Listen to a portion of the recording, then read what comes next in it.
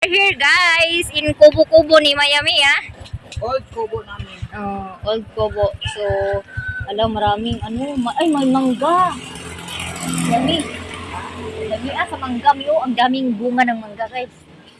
Nasa tapat ng ng bubong. So, sama tayo dito ni Miami kanang punta sa tindahan kasi magbayad daw siya dito. Iwan ko kung anong utang niya dito. Ando, no? Wala sila lutlok ya. Wala sila lutlok namin. Ako super kainit. As in. Ayan sila. Mi, wala mo ko'y data, mi. May dita din. Di ko ka-upload gihapon. La, grabe kainit, no? So, grabe kay kainit. Dito sa baybay, walay init. Kay daghan kahoy. Pero pag ani sa highway, oh, grabe. Galagiting ang kainit. Di ara ang iyang payag ni Miami. Tingnan natin kung ala, bukas. Ba't bukas ito, mami? Oh. Kala ko bukas. Paano ba ito buksan ni Miami? Ay, saan ba siya mag-ano? Ako ba naman ko na? Ano ba? The door is locked and I can't open it. So, we need to wait, Maya Mia. So we can go inside. Charot, we can go inside. So, lang ka kayong gibati na ko, kainit. Ilangkahan ka, color, maring. Kaya katuluan naman ko diri maring.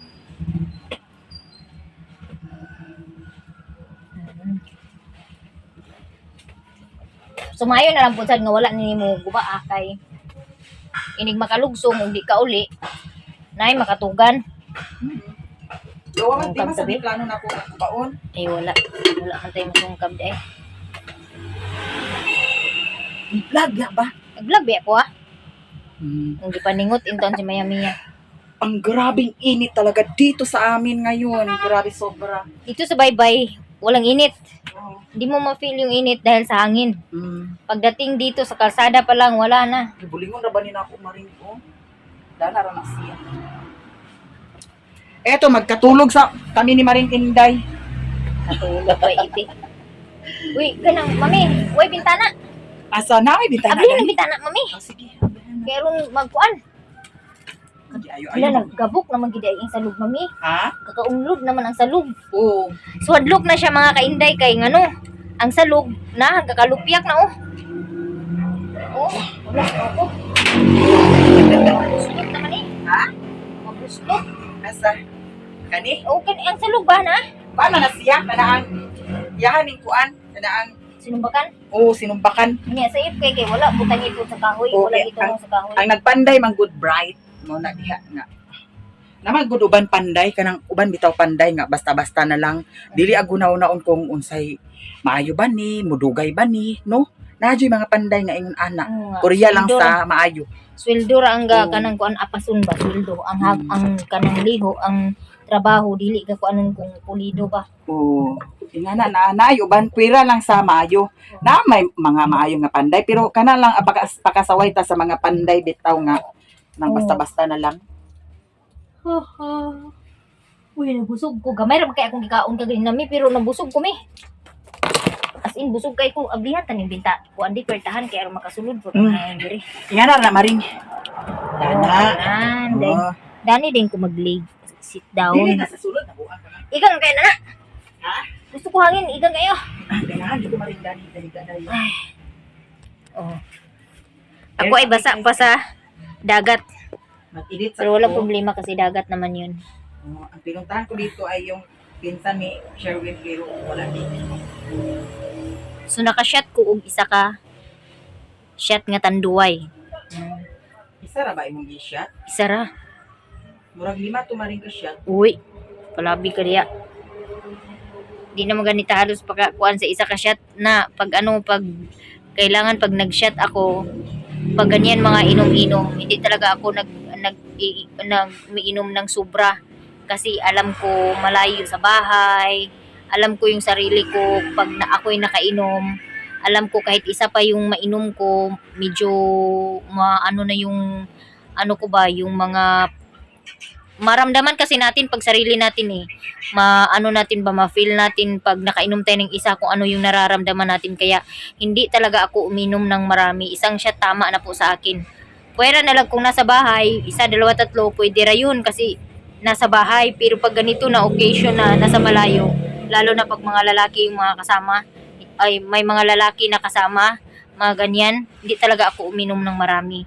Kasi iwas na rin sa mga hindi natin kasi alam yung mga utak ng ibang tao pag sa mga kasama natin, kahit sabihin pa natin kasama natin sila, kakilala natin sila, hindi natin kasi alam kung ano yung mga utak nila eh. Kaya dapat tayo na mismo yung mag-ingat sa sarili natin, no.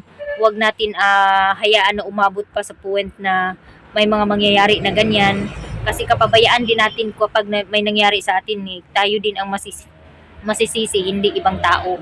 Kaya dapat talaga na pag ganyan mga occasional, okay lang na uminom ka. Basta yung kaya lang ng katawan mo. Hindi yung umiinom ka kahit hindi na kaya ng katawan mo, umiinom ka pa rin kasi pinapakita mo na sabihin na natin nakikisama ka. Hindi ganun kasi ikaw din naman yung maano eh, yung pag may nangyari na hindi inaasahan, di ba? Kaya iwas na. Ako dati sa high school life pa, talagang umiinom ako as in. Grabe ka inom. Like, pumupunta kami kung saan-saan yung disco. Like, pupunta kami doon sa disco sa Mapua, kung saan yung malapit na yung fiesta. Uso pa kasi dati yung mga disco-disco. Pag sa Saturday, disco ng gabi, Saturday ng gabi, lagi yan. Talagang schedule yan sa Saturday ng gabi. Pag kung sino yung baryo na magpipiesta, Saturday ng gabi, meron talaga yung disco. Kaya pumupunta kami doon, pero yung mga kasama ko is yung mga brother ko, kasi apat yung mga brother ko. Tapos, andito na si Tantan. Tapos, ako lang yung babae kasi yung first year high school ako, nag-asawa na yung kapatid ko. Tapos, yung mga brother ko na lang yung kasama ko. So, pag nagpunta sila sa diskuhan, kasama ko talaga sila. Hindi ako pumupunta ng diskuhan na iba yung kasama. Kasama ko kapatid ko, pinsan ko, mga ganyan, uncle ko. Yun yung kasama ko pag nagdisko kami. Tapos, pag nasa diskuhan na, yung mga inom-inom na ganyan, hindi maiwasan na pinapainom ka. Umiinom ako pag babae yung kasama ko, like mga kapatid ko. Nagsashot ako isa, alam nila yan mga kapatid ko, pero hindi ako umiinom na as in, grabe talaga yung inuman na, yung malasing man ako, kasama ko babae. Dati, ganun ako dati, pero nung tumungtong ako sa edad na 18, nagbago na lahat, hindi na, parang kontrolado ko na yung sarili ko ba na, hindi dapat na masubrahan. Sa bahay na rin, Diana. Yawa. Nga. Mas kami, asa mga nakakuha na may? Dana si Ibong Dani, sila Asa ka nakakuha? Na sige, gihang batag maayo. Lami kayo. Asli lami kayo. Gipaslakan akong baba. Kumulo ko istorya. Tapos, yun, kontrolado ko na yung ano ko ba, yung sarili ko. Alam ko na kung paano dalhin. So, nagbago na ako, doon na ako, mag-start na ako, hindi na Uy, tamis ka ayo, in fairness. Doon ako ang tawag nito, doon ko na inano yung sarili ko ba, kinontrol. Pero sa una maring inom, yung gada. Oo, grabe yung inom kami ni Banjut. Sus, malasing ako talaga sa dati. Pero yung lasing ba na, hindi yung lasing na kung sino-sino yung inaano. Hindi ako lumalapit ng lalaki dati. Kahit saan-saan ako pumunta, hindi ako lumalapit ng lalaki. Ano yan, ayoko si Maring? ng ganun. Maldita yan si Maring. Oo, ay hindi naman sa maldita. Ano ko lang talaga yung iniisip ko baka Pagpakatilan niya ko. nota, notaryuhan gid siya. Kahit saan ako mapunta dati, hindi wala yung mga kapatid ko, hindi. Yung kahit mga barkada nila kuya, wadyo yung mga barkada nila kuya nga nakaako panguyab nako. Kaya kani si Maring sa una diri sa amo maldita. Maldita ni siya. Pero pagka turja kini dito. Turja kiday. Niya. Di napunta ako 17 years old ako, mag-18 ako, pumunta ako ng Maynila kasi hindi ako nakapag-aral kasi ganito po yung istorya. Nanguli na So, sila dito ibang. Magpo fourth year ako. Aman sila tan, wala Gusto na ng gusto ng lula ko na i-transfer ako Cagayan, Pugman National High School. Ang nangyari, hindi pinirmahan ng librarian yung clearance ko, kaya hindi ko nakuha yung card ko. So hindi ako nakapag-transfer. So ang nangyari, dahil nga may pagkamalditahan si Maninay, hindi nag-aral kasi nahihiya na ako mag-aral dito sa pinag-aralan ko kasi yung mga mga manghud na ba sa kanang classmate na ko ang Inyo kwarta. maklasmate na ko so maulaw ko. So ang akong ibuhat is naglarga ko og Manila kay nakadungog ko nga na ay recruit work trabaho sa Manila agency. Oo, nakauban ko ng agency sa una. Grabe experience na ko ana kay nagsakay by land lang ang among travel no. So gasakay mi og kanang mura siya jeep, dili siya as in dako nga jeep. Nangalukot ang among tiil kanang tama lang gid nga makalingkod mi inana Isa to na kayo dito ibang. inana ang among porma mo lingkod. Isa to na kayo dito. Hangtod nga niabot mi Caloocan City. So, walo ra ko ka bulan dito sa Manila. Kay kanang ako lagi una is makahuman kog eskwela. So pag abot sa 8 ka bulan, so dapat 1 year kontrata anha pa ko makauli. So wala ko tugtis akong amo nga muuli kay 8 months pa man kuno. So kontrata man ang gipirmahan 1 year. So wala ni sugot ang akong amo. So ang akong gibuhat nagdrama si Maninay. O nag-acting. Grabing acting na ko guys kay. Ni kwarta. So ang ginawa ko guys para makauwi ako. So meron ako mga kaibigan yung mga kasamahan ko na naglayas ba sa agency. Parang inistipton lang nila yung pagpunta ng Manila para makalibre sila ng pamasahe. So naglayas sila pagdating sa Manila. Yung iba kong gamit pinadala ko doon sa kaibigan ko na taga dito lang malapit din sa amin Talisayan.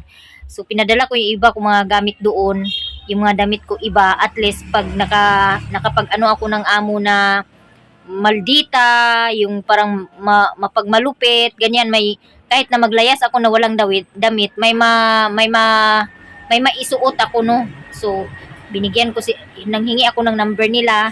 So ang ginawa ko, tinext ko yung kaibigan ko, sabi ko, i-text mo ako ng ganito kasi hindi pa ako pinapayagan umuwi dahil 8 months pa ako. I-text mo ako na ganito na pauwi na yung papa ko. Kasi yung papa ko nung time na yun is na confined pero nakalabas na huli na ng malaman ko kasi yung papa ko nagutos sila na tawagan ako sa Manila.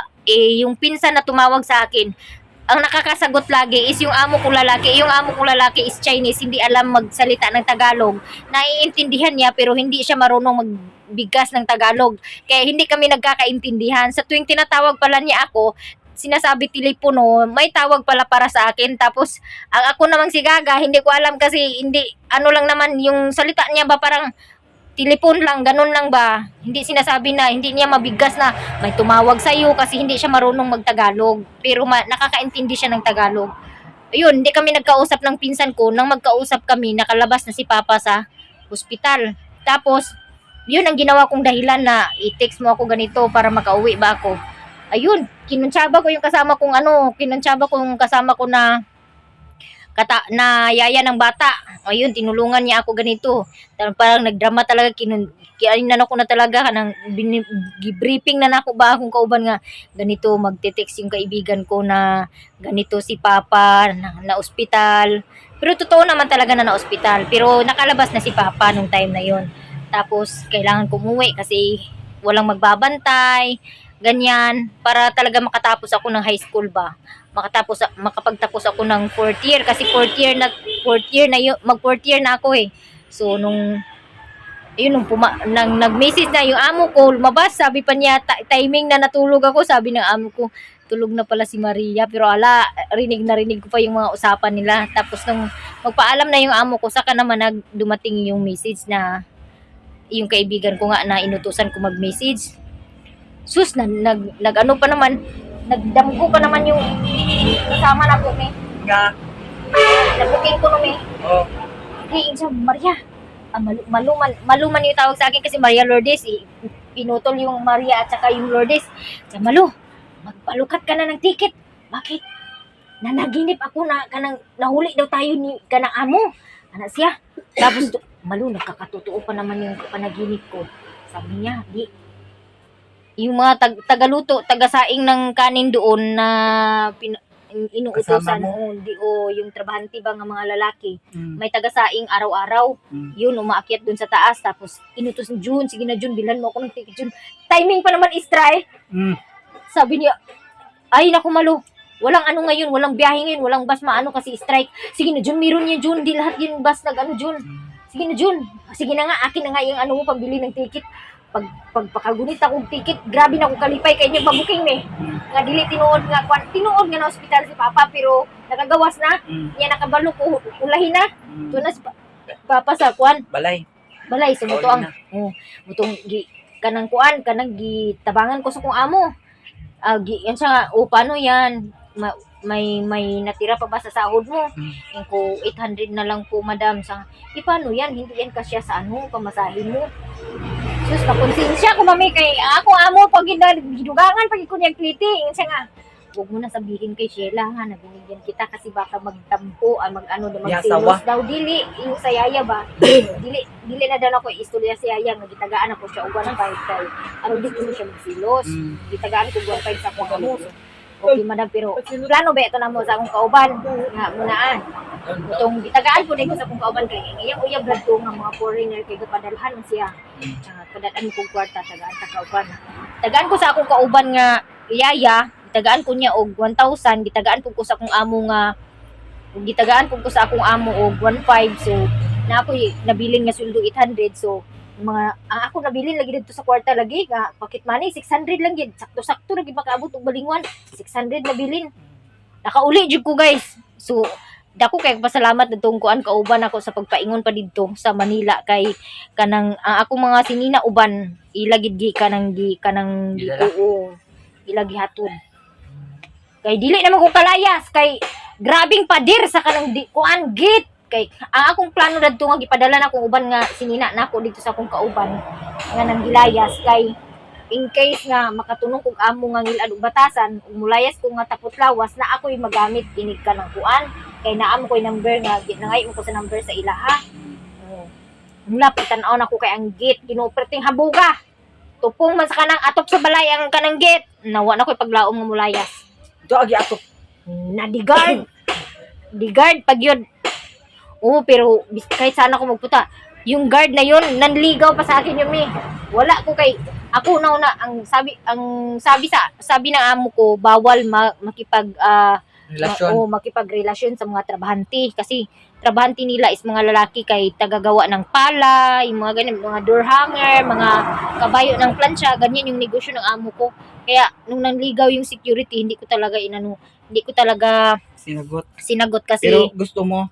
di po Oy. nawala gid na sa akong plano gid sa una Sure. Uy, wala sa tinuod lang, wala saan ako pumunta. Napunta ako sa Iligan, sa Cagayan, sa Valencia Bukidnon, sa Manila. Asan pa ba ako As in, what kay gusto? Wala. Oy. Na dili man sa ingon nga. Wala gid sa wala gid sad mi kay kanang ang ako gyud na is ang bawal gid. Lain ko kay pag once bawalan ko inana, bawal gid. So di gid kam kuan. Makagawas lang ko sa balay kanang maglabay ug kanang sobra nga kanang mga bahaw-bahaw bitaw nga mga pagkaon ibahog sa iro. So ingon ana ra gid ang mahitabo noon niya. Mutong nakauwi ako ng Mindanao. So 8 months pa lang ako doon sa Manila. Nakauwi na ako dahil sa acting ni Maninay no. Ang galing mag-acting ni Maninay no. Iyak-iyak pa. Tapos ang nangyari, ganito na, mami. Sa text na, dumating na yung text. Sabi ng nilakasan ng boses ng kasama ko na nung binasa. Sabi niya, Maria, hindi siya kakatulog ko lang kakaano ko lang, higa ko lang Syempre pag sinabi niya na Malu, bigla tatayo ako agad. Di wala nag-ano, kunwari talaga ako nang parang ganun ba naghiwid-hiwid pug kuno kay ko. Oo, kay drama man lagi niya. Tapos sabi ng kanang may message para sa iyo. Ana siya. Sabi ko, ano yan ate Shi? Pag ganun ba ako pero wala. Oo. Kay na papasok na sana sa kwarto baka matulog na pod kay nakipagkwentuhan ma akong amo. Nya pagtaraw niya ay tulog na pala si Maria, sige Shi, tayo na lang magkwentuhan. Ay dungog kay nako ang ilang mga kuan lagi. Ilang mga bae amo. Tapos pagkatapos noon, di bali na receive na yung message.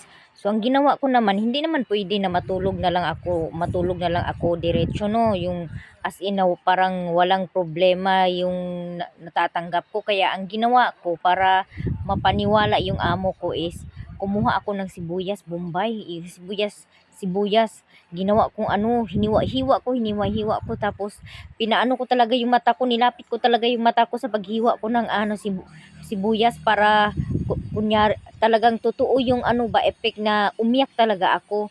Ganun yung ginawa ko. So isang sibuyas yung kinuha ko. Abay, para pingis lang naman yung ano nangyari. Yung isang mata lang yung naluha ba. Kaya ang ginawa ko, nagkuha pa ako ng maraming sibuyas kasi marami kami stock ng sibuyas eh. Nag-i-stock yung amo ko. So kumuha ako ng maraming sibuyas, tapos hiniwa ko. Tapos ang nangyari, syempre, dahil napakarami na ng sibuyas, ayun, umiyak na talaga ako ng umiyak sa sobrang anghang. Tapos yun na, pagkatapos noon, saka ako natulog. Tapos parang hindi ako comfortable na natulog ba, kunwari. Parang balisa ako na natutulog, ganyan yung nangyari. Tapos, kinaumagahan, yung amo ko nagtanong, muto ang pag-uwi ko, parang nakonsensya din ako sa ginawa ko ba, kasi binigyan din ako ng amo ko ng pandagdag na pamasahe, pero sabi ko sa sarili ko, ginagawa ko to dahil gusto ko makapagtapos ng pag-aaral. So nung dumating ako June, so nag-enroll talaga agad ako. So nakagraduate ako ng high school is 19 years old. Sabi ko sa sarili ko kasi dati nung mag-edad ako 16, siguro hindi pa ito yung time na mag-graduate ako ng high school, pero hindi talaga ako titigil hanggat makagraduate ako ng high school. Kahit high school man lang matapos ko. Kaya sabi ko sa sarili ko, pag nakapagtapos ako ng high school, hindi na ako mamasukang katulong. Kasi ang hirap talaga magiging katulong dito, lalo na sa Pilipinas lang. Kunti lang yung sahod mo, tapos ang dami mong trabaho. Hindi katulad sa ibang bansa, pagod ka nga, pero sulit naman yung sahod mo. Sapat na isang buwan mo isuporta sa pamilya mo. Hindi katulad dito sa Pilipinas na isang buwan mo hindi kasya. Isang buwan na sahod mo hindi kasya. Tapos all around ka.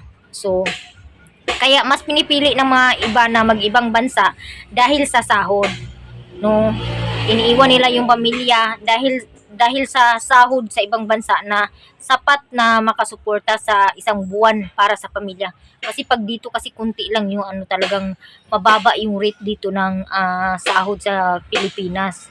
So hindi natin masisisi din yung ibang mga Pilipina na ibang bansa dahil gusto nila na malaking sahod.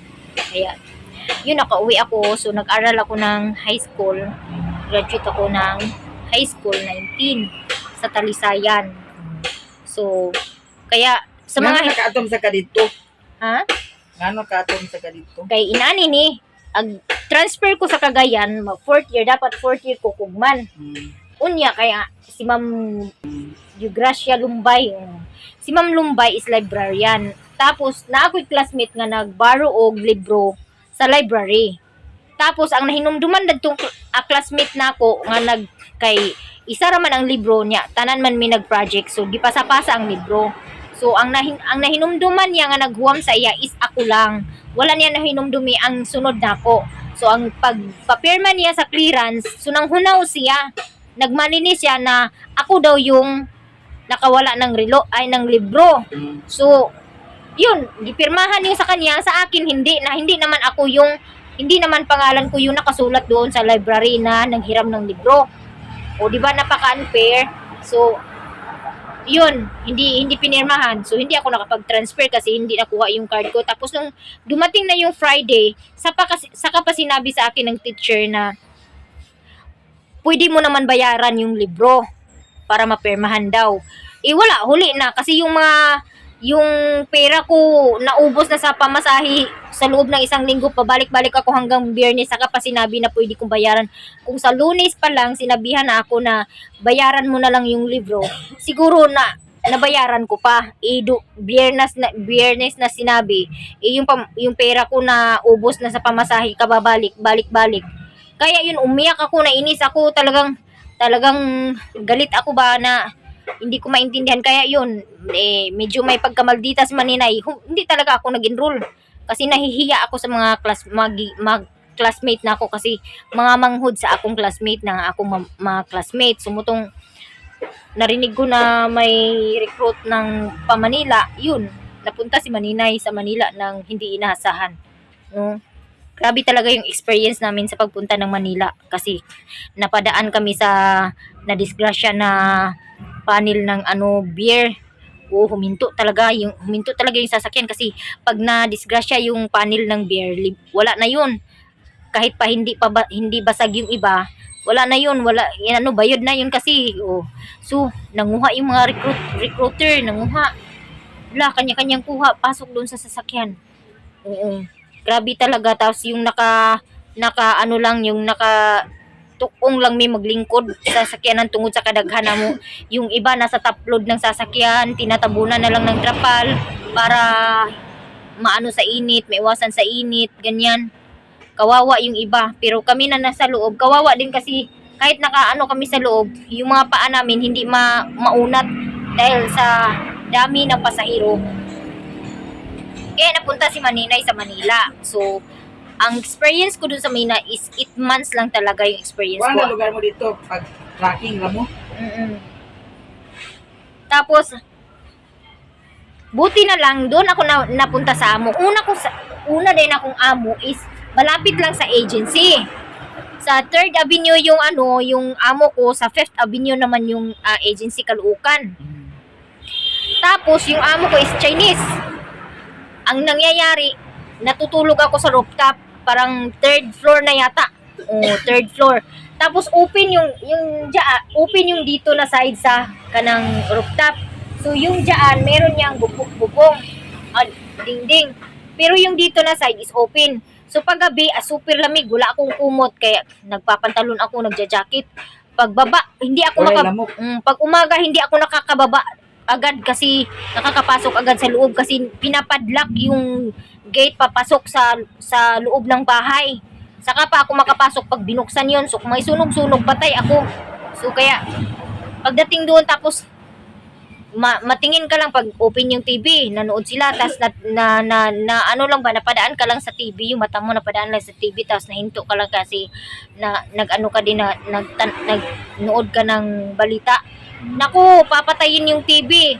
Tapos kailangan pag naglinis ka mula taas pa baba, hindi ka talaga pwede umupo. Kaya ang sabi ko, kasi sa tatlong andana, tatlong palapag, nanginginig yung tuhod ko ba sa kakabalik-balik isang araw. Halos ilang bisis ko akyatin na yung tapos pag may bigas, iakyat ko, ganyan. Kaya ang ginawa ko, nagwinais ako. Sabi ko sa hindi pwede itong ganito. Na pag lumabas sila ng bahay, pinapadlock yung bahay. Di paano pag may sunog? Kaya mautak si Maninay. Ang ginawa ni Maninay, sabi ko, kanang, madam, pwede tumawag sa agency. Sabi ko nun, mami. Bakit? Hindi ko kaya dito. Kaya ko yung trabaho pero yung akyat baba ng hagdanan hindi ko kaya kasi nanginginig yung tuhod ko. Ilang beses akyatin yung hagdanan. Sabi niya, may ano dyan. Sabi niya, nilagnat ako. May gamot yan, bigyan kita. Binigyan ako ng gamot. Ay, hindi ko talaga ininom yung gamot kasi gusto ko talagang bumalik sa agency. Sabi niya, babalik ka ba ng agency? Parang tinatakot ako ba? Babalik ka ba ng agency?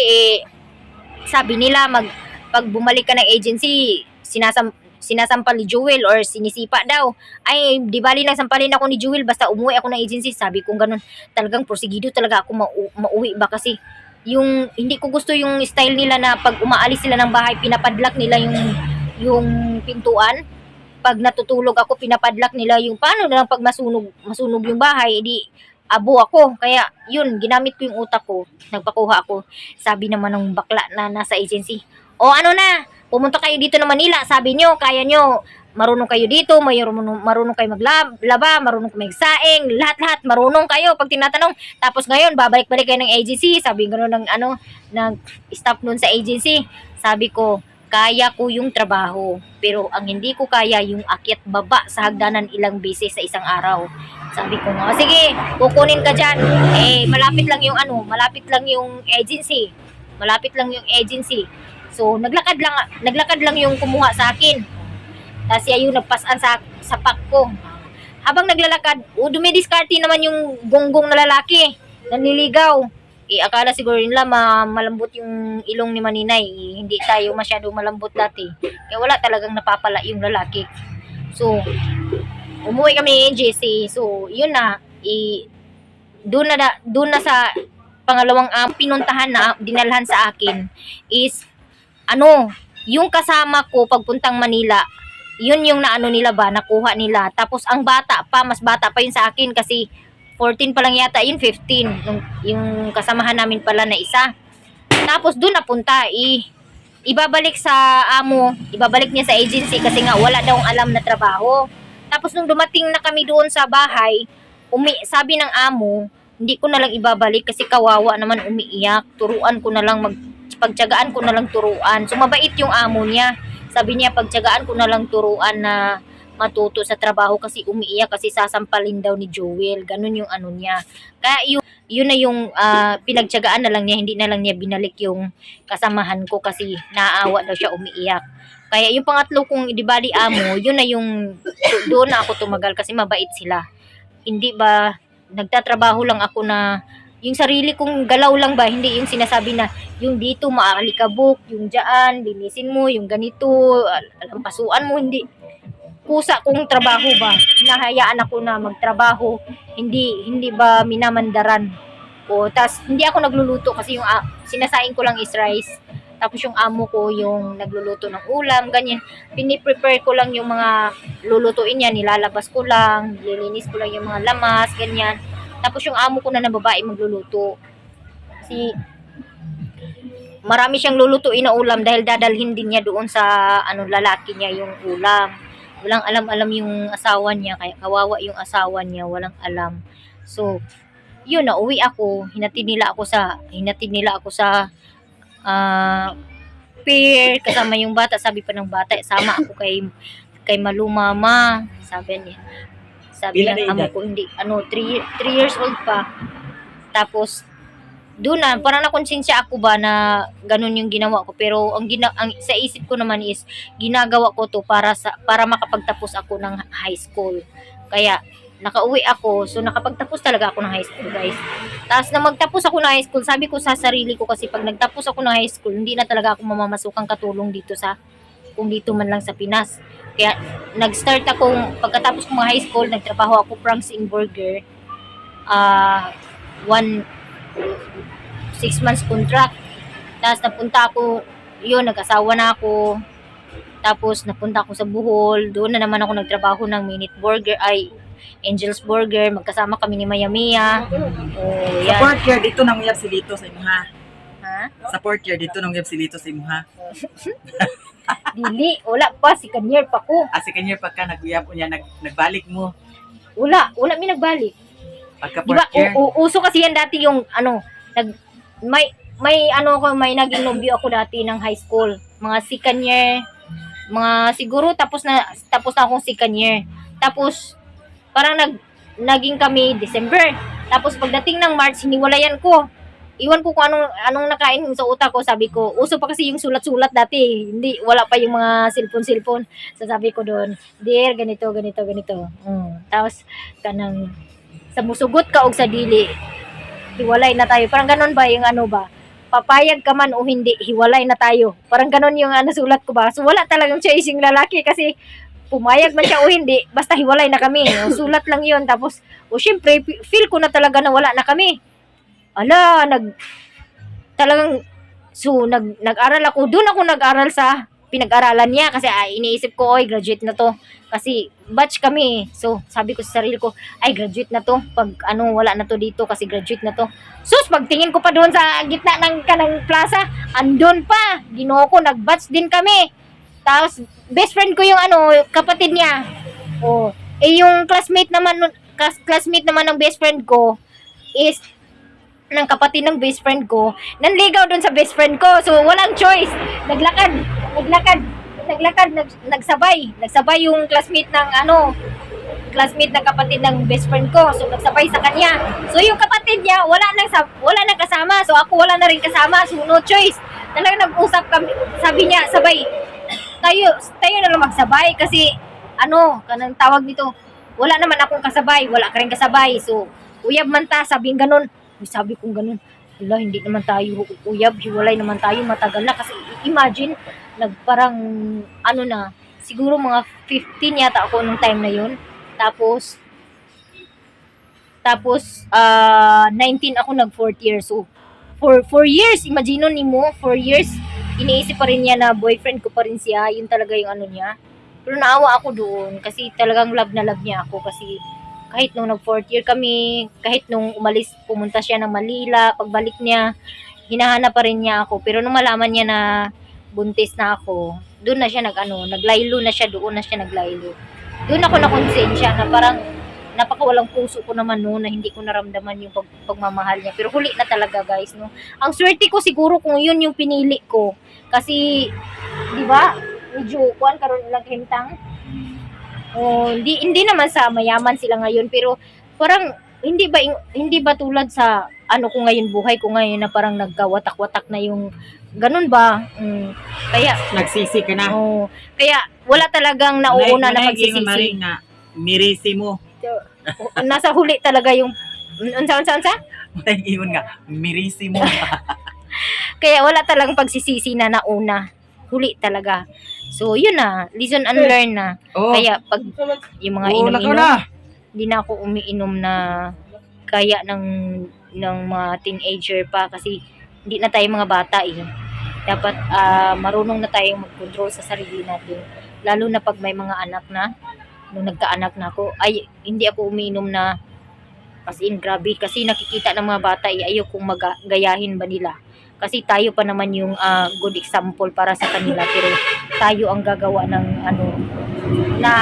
tayo ang gumagawa ng dahilan para gayahin nila kaya hindi dapat dapat talaga na ipakita mo sa kanila na hindi ka kung umiinom ka man isa lang, ganun lang, hindi kayong nalalasing, ganun ba? Kasi pag nakita ka ng mga bata na umiinom ka, gagayahin nila yun, sasabihin nila, ikaw nga, umiinom ka nga eh. Kaya, dapat kung maiwasan na makita ng mga bata, huwag mo ipakita. Kasi, ikaw din yung mahihirapan pag dumating na yung time na ginagawa nila yung mga ginagawa mo. Kaya, yung anak ko pinagsasabihan ko yun, si Liksan, umiinom na yan si Liksan. Pero sinasabihan ko yan, huwag kang magsigarilyo kasi iba yung sigarilyo sa sa inom eh. Yung inom kasi pag walang inom eh. Pag walang pambili, walang ano. Pero yung sigarilyo, talagang maghahanap ka niyan. Lalo na pag tawag nito, pag talagang ka na, smoker ka na, di maganda yan. Kaya pinagsasabihan ko na huwag masyado uminom. Kung uminom man, yung tama lang, yung kaya lang sa katawan. Hindi yung halos patayin mo na yung sarili mo kakainom. Kasi ikaw din naman yung mahihirapan. Kaya sa mga mama dyan na mahilig uminom, mga single mom na parang binabaliwala na nila yung sarili nila ba dahil sa nangyari sa pamilya nila na hiwalay sa asawa, iniwan ng asawa, parang wala nang pakialam ba na makikipag-inuman na lang, maglasing ng maglasing, ganyan, magbisyo ng magbisyo. Hindi tama. Dapat ipakita mo sa mga anak mo na malakas ka, na hindi mo ginagawa yung mga ginagawa ng iba para hindi nila gayahin. Thank you.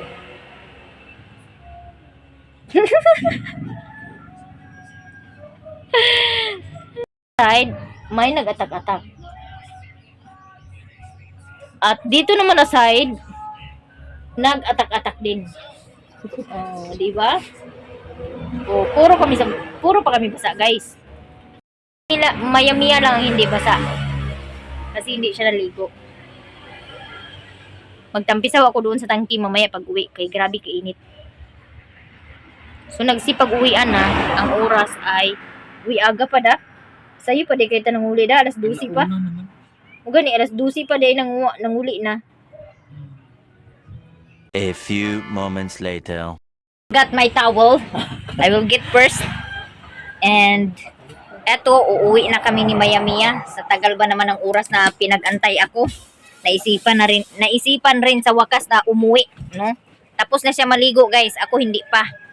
Ako yung kanina pa nag-apura na umuwi na dahil grabe na kaigang, gusto na kong magtampisaw sa tubig. Wala nagbali-bali. So karon naligo na. Ang ako mo'y alkansi kay wala pa nakakaligo.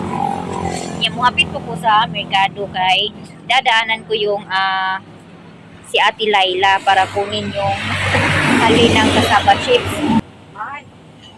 Let's go, Yung kilay ko na wala na nagpinikas. Diretso na kami. Ayan. Hi. Mangwag pag na siya. Lagyan na, hi, Maya Mia. Tala. Pangwag yun. Nagulutan siya, hi, Maya Mia. Da, ako na dunggan kay hi. Hi, Maya Mia. Wala, buring lagi ka, Maring. Ba? Ayaw na, oy. Ayaw na mo paninga. Basta, mag-uban ni Mayo niya. Burikat, kininduha. As in. Dili, way lipod-lipod niya istorya. Burikat. Buring na buring. Oo, di ba? Problema na diya sa pagtanaw. Kamu na imukuan. Alam, dagko kayong sakyan. Pero, pre, Maring. Dili, yun na diya.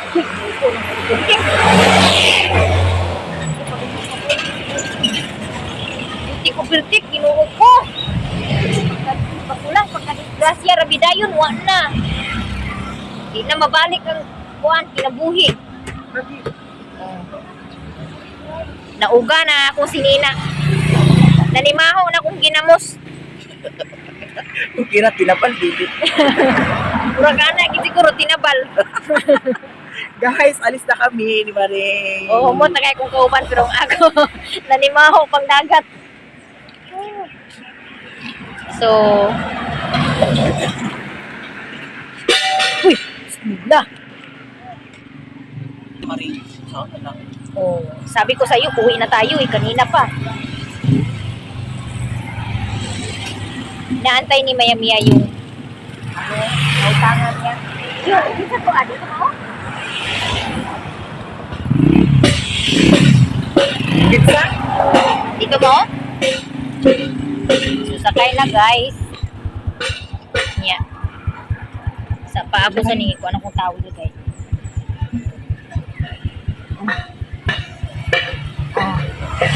Okay guys, kami ay uuwi na. Awit, Maring. Awit Maring. Di na hadto kay, di rin naman nakadala din nga sa pakulang. Di rin naman gitapong kuan.